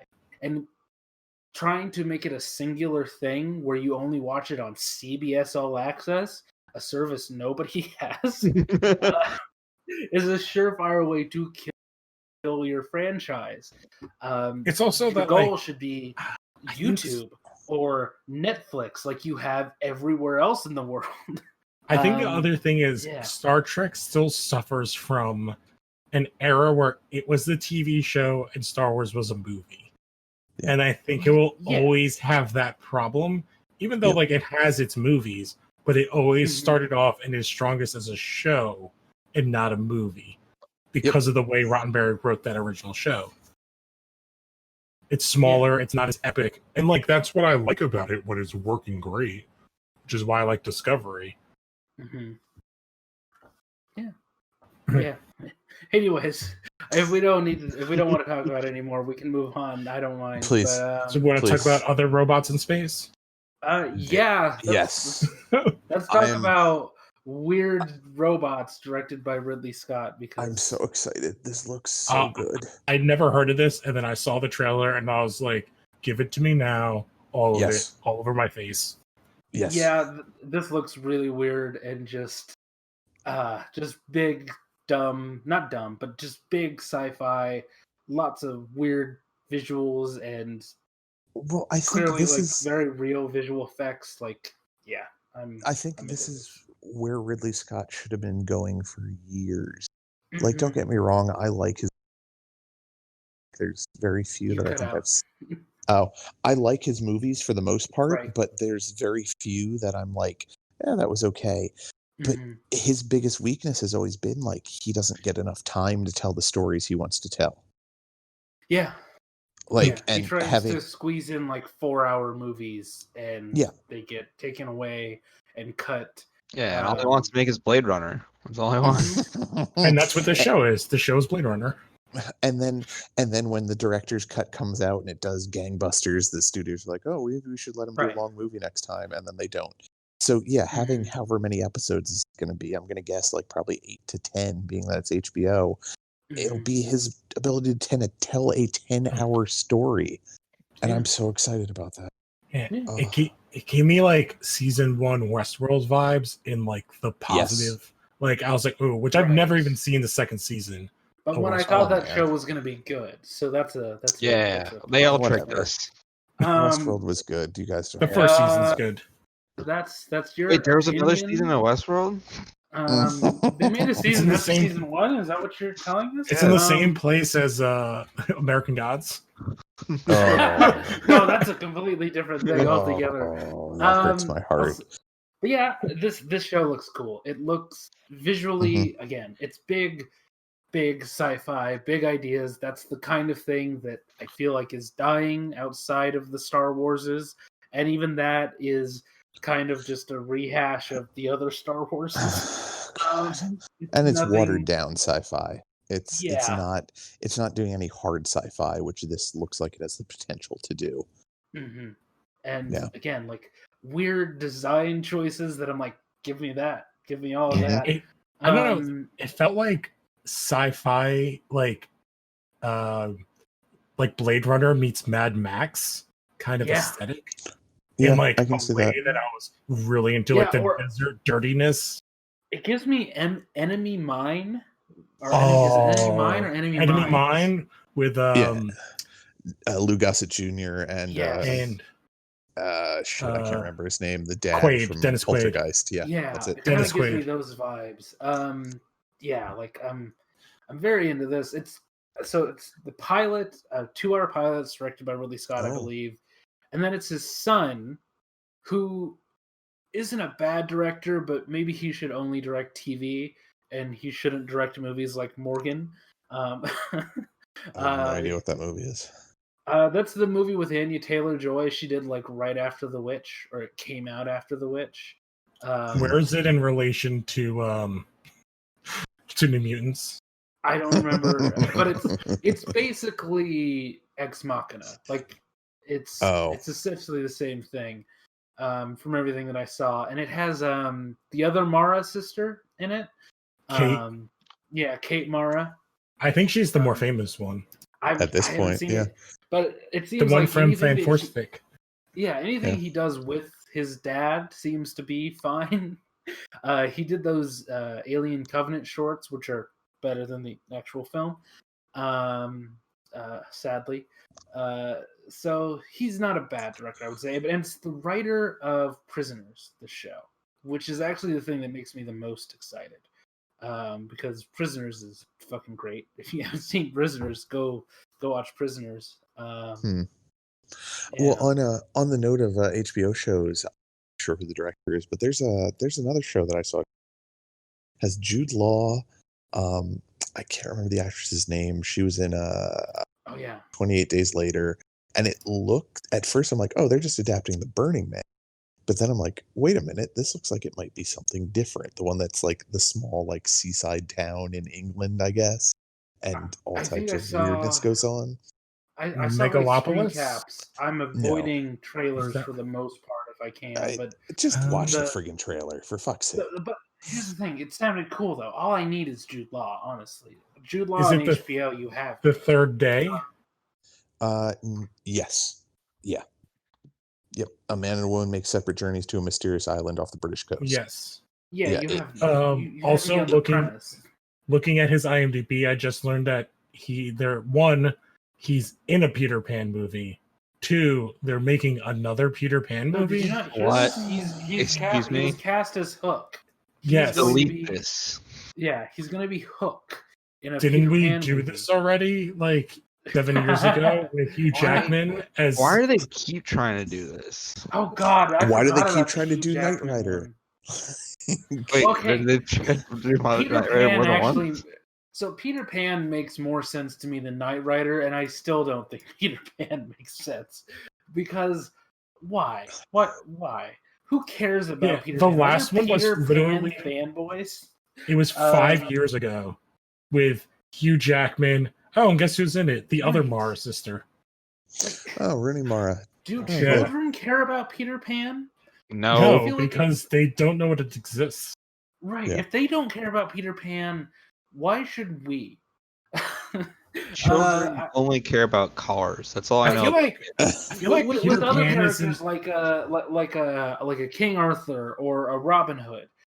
Those are characters that if you do them right, also, they can appeal to multiple generations. Peter Pan's a creepy story because it's kind of pedophilic. Yeah, it's written by a creepy guy, and it's got some. It's like an old man who's like trying to get an immortal child to be on his boat and be his cabin boy. Mm-hmm. Yes. Yeah. Tell me more. I had something I was going to say, but it's completely gone into the ether. Never mind. Gone forever. Goodbye. Sorry. No, that's fine. It was my own stupid fault. I was watching a cat walk by and I forgot. You weren't thinking of Hugh Jackman as Blackbeard? No. That's right. He played Blackbeard in that movie. Yeah. God. Hugh Jackman and Ian McShane have both played Blackbeard in the last decade. Oh, I remember this because this was this movie got like proto like whitewash. Like backlash because Rooney Mara played Tiger Lily. Yeah, Rooney Mara played Tiger Lily, which I don't want to say that it's not a thing to get mad about, but let's just remember the character of Tiger Lily is in herself kind of offensive and kind of awful. And maybe we should also look at that while we're getting angry at Rooney Mara. That's something I remember thinking at the time. But everybody just wanted to really just throw her under the bus. Again, not for bad reasons, but maybe we should take it all in as part of a whole. Well, was this before or after she did the David Fincher? Before too. Oh, it was before. I think before. I think it's after, actually. She looks really young in this, so unless she's like, it's weird. This is just a theory of mine. I feel like we blamed Dragon Tattoo on her. No, she did that in 2011. No, she was great in it. Yeah. She's great, but like, am I the only one that feels like the world sort of put all of the blame on her because she's not in that sequel? She really doesn't. Is that sequel connected to it? I mean, technically, I don't even think anybody blames any particular actor or actress from it. I think they're just like, like the fire for that series died out really quickly. Right, but here's the thing: everybody else is doing fine after. That's why I really say. I do have to say the thing is also of anybody who doesn't need to do anything. She is the daughter of she's the granddaughter of 2 owners from the NFL.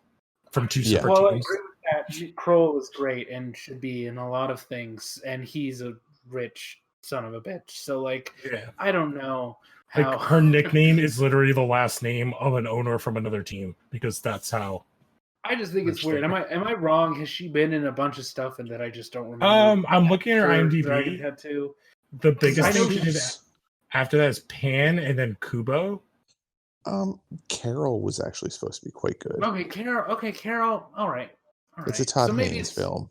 Yeah. So maybe it's her choice. Maybe it's her choice to not be. It's all her fault. No, it's all her. Oh, she's in that. No, I just mean like she's not putting herself in the front line. Is what I'm saying. Women she was in Lion, which was women can't be in movies. We all just need to accept it. They can't be in movies. They can't be in space. I think she's just super picky because, she's in like a bunch of movies that were like Academy Award nominated. Like I remember Lion's the one about the Indian kid growing up in Australia. So she got paid for Dragon Tattoo, and she was like, "I'm only going to do things that I really want to do." Well, I think she got paid for Pan, and then was like, if you look before, she's in a bunch of stuff where it's like, really, you did that? She's in a bunch of like real small time, not great movies before Dragon Tattoo and Social Network. Yeah. And it's like, oh, okay, you were those were money movies, those were paychecks, and after it's like, I don't remember her or anything, but now that you bring all that stuff up, I'm like, that's right, she was in those movies. She's just super picky because she can be. Yeah. You know what? More power to her. I think it's just that she was never in something that really caught on quite like her sister did, because if I remember correctly, like Kate Mara got her kind of big break in House of Cards on Netflix because she was in the first season. Look how well that worked out. I do love that you could argue which one of them is the bigger Mara. I love that that's something that you. Oh no, Kate. Kate isn't. No, Kate got her. And it is Kate, obviously, at this point, because she was. I think it looks to be American Horror Story. Oh, I forgot she was in that. Yeah, and then she does. I didn't even know she was. And then her big thing after that was Fanforstic. Well, but when was she in House of Cards? Because she was in the first. Oh, I guess it's like she did Fanforstic in between, like during House of Cards. Okay, I mean she was only in one season. Like second season, she got killed off very quickly. Spoiler, I don't care. So maybe that's like I'm never watching that show, so I don't give a fuck. And basically after that, her stuff is like nothing. Like, and just to be clear, it's not because I think the show is bad or because I don't think it's for me. Fuck Kevin Spacey, and I don't want to watch his ass do anything. So it's kind of a shame because he was really good in that, but he's a terrible person, so I'm never gonna. Mm-hmm. Anyways. All right, I think it's time for the speed round. We don't have to talk about any of these if we don't want to, but if there's anything that sounds interesting, I don't know anything about Amazon. I only brought up that Tig Notaro thing because I thought it was interesting that he's going to be in a Snyder film. Yeah, that's a thing. The Army of the Dead with the zombies that rape a zombie and make a zombie baby. They rape a woman and then she has a baby. Wow, what a great movie! Good job, Zack. I can't wait for it to sweep the Oscars. I cannot wait for the Snyder cut. I was trying to figure out a way to make a joke about that. Yeah, I just. It's okay. Like if you're worried about Chris D'Elia finding a job, don't worry. He has an interview at Starbucks next week. So. And then the one that I put on here that I actually did have a thought about is that The Babysitter. Did anybody see Netflix's The Babysitter? No. Yeah, that wasn't bad. I did not mind it. Yeah. The sequel's gonna have everybody except for Samara Weaving. Of course not. I mean, yes, of course not, because of what happens in that movie. But I'm like, why do it then? Yeah. Why? What's the point? There is none. Because I feel like at this point it's about the fact that she's kind of blown up. And like just make another movie at this point, right? Well, just make a different movie with Samara Weaving and a lot of the same people. It'll probably be about like before she was. Do either of you care about what happened in the Babysitter movie on Netflix? She dies. No. All right, she dies at the end. Yeah. But if she's not going to be in it, like they can't do one before before she whatever died, and if they do something after, I mean, if she's not going to be in it, they're not. There's no point. It's dumb. Yeah, like I'm seeing pictures, and it looks like It looks like they're doing like a Goonies thing, just based off these pictures. I guess there's like a teaser thing. The boy is much older, and again, I go back to what I just said before. To have the same cast, same tone, that happened in the 80s all the time. They didn't force the Lost Boys into being a Goonies sequel. They just made a new movie with a lot of the same people involved. Some differences, but a lot of the same people were behind the scenes. They didn't make a Lost Boys sequel until like many, many years later. No, but I said the Goonies initially. That's what I said. Yeah. Also, they like, didn't just force one into being a sequel to the other. I think they just a better example would be like the entirety of the Brat Pack, and there's like 12 movies that like those 12 people are all in interchangeably. I mean, there's just an example of that sort of the John Hughes films. Yeah. Yeah, so like just again, same cast, McGee, sure, bring him back. Samara, if you can get her into a role, but I don't understand calling it the Babysitter 2. Killer Queen is the name of it. It's like I don't understand why you're doing this. Because Netflix needs to just do stuff. Yeah. Which is funny because didn't they just cancel, or like the Avatar live action thing got canceled? Oh God, I forgot about that. Yeah, the showrunners of the animated show left. Yeah, they were going to do a live action show. Well, so the live action show is still happening. Yes, but they were going to be the ones that doing it. But the original creators are no longer involved about halfway through, which is a great sign. It's funny because I can't remember if it was Andy or somebody had posted side-by-side tweets. One was the announcement that Netflix wants to make their Avatar: The Last Airbender show the Thrones for Netflix, and then right next to it was Avatar: The Last Airbender creators leave show after creative differences. It might have been John because he's a huge Avatar fan.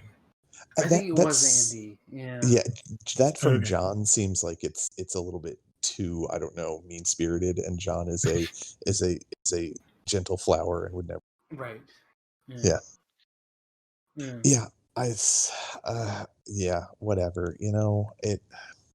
I mean, it's coming out September 10th. I'm gonna watch it. It can't be worse than the movie. Well, that's the thing. So here's the thing. This is my pitch. Everybody watch The Babysitter. It's actually not bad. It's pretty good. Yeah. It's pretty solid. That's how to do. It's a good young adult movie about a kid who has the hots for his babysitter. I don't know if it would fall under young adult with the amount of violence that's in. No, there's a lot of violence. It's a lot of violence in a movie that you would not expect it in. Robbie Amell is in it, and he's fantastic. It's a good movie. It's good. Go give it a shot. It's fun. Go watch not fuck, I can't remember. Never mind. The woman that the actress that's I think Erik just had a stroke. Yeah, I think I did. She played Harley Quinn. Fuck. What's her name? Cuoco? Oh, no, not the fucking animated, the live action. Oh, Margot Robbie? Margot Robbie, yeah. Yes, yeah. I was going to say something along the lines of Samara Weaving is going to be doing a stand-in as Margot Robbie somewhere. But anyways, joke is over because I had to explain it. Right. Yeah, I don't know. Anything else? Anybody want to bring up? The only thing I would say is like watching that Raised Wolves thing when there's a giant hole, and I just was watching Harley Quinn. It just made me think of Bane. Yeah, look, he's like, it's the pit. It's the new prison. Yes, Bane in the prison pit. He's the best character in that show. If you guys haven't seen Harley Quinn yet, go do it. Go watch Harley Quinn. We're having a talent show on Friday. Yes. We have a Carol. A tiny bed is the closest thing to a tidy mind. Oh God. He has them do like talk circles and stuff. God, yes. it's so good. All Killer right. Croc is doing painting. to work out this movie. We should probably do plugs and stuff now. Yes. Whoever wants to go first, I don't care. I guess I'll go first. Might as well get this shit out of the way. Yeah. So teespring.com/America's Boyfriend. I just put out a new shirt today that is my like 3rd grade yearbook photo on a t-shirt. And it's amazing, and you should get one. I love the fact there's also face masks available now too. Yes, there's face masks available if you want my face on your face. Just saying. Don't follow me on social media. I know Lewis will give out my social media anyways. No matter what I say, but don't do it, please.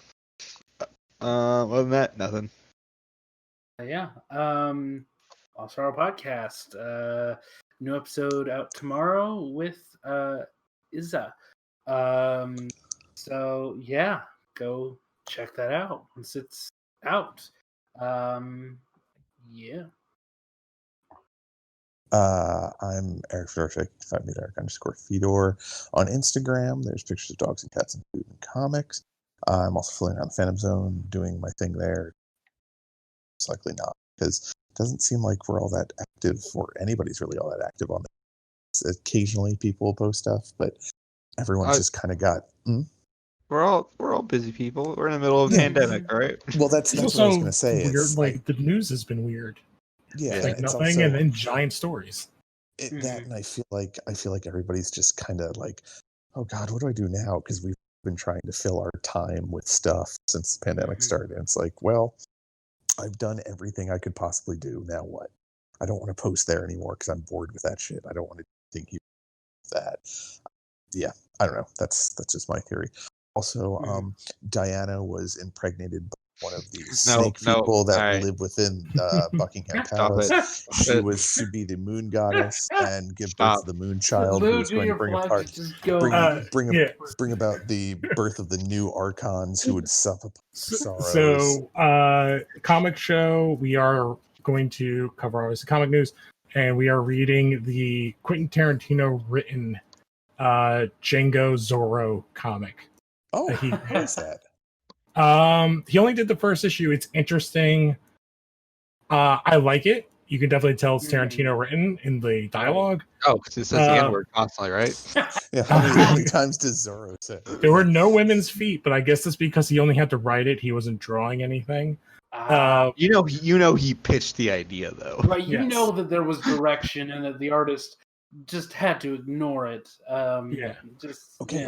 Yeah. What about if we show our feet at the... Yeah, and we're doing that because our next movie for our watch party stuff, we are going to watch The Mask of Zorro. I think that's the right one. The first one. Yeah. With Antonio Banderas. Yes. Well, he's in both of them. So yeah, I know, but it's Yes, I only it's the think better about the one. first one. Yeah. Yeah. So we're doing a kind of pulp trilogy. So we're going to do that, and we just watched Green Hornet. And after that, we are going to watch The Lone Ranger. Wait, isn't Catherine Zeta-Jones in Zorro, and she's playing a Spanish woman? Yeah, and she's Welsh. And Anthony Hopkins is also playing a Spanish man. Cool, man. They are supposed to be like Spanish. Spanish. Is like slightly different. It's better than if they were like indigenous Mexicans. Yes, which Antonio Banderas is supposed to be like kind of mixed, which can kind of go to like also starring in that movie is the Reverse Flash is one of the villains. Yes. So and then you can follow me at The Reverse Flash on Instagram and send me all pictures about how you hate the Reverse Flash. I'm really into Captain Boomerang. Send me all your Captain Boomerang pics. Send him a bunch of 100 Gex songs. He loves 100 Gex. He loves Static X. What else do you love?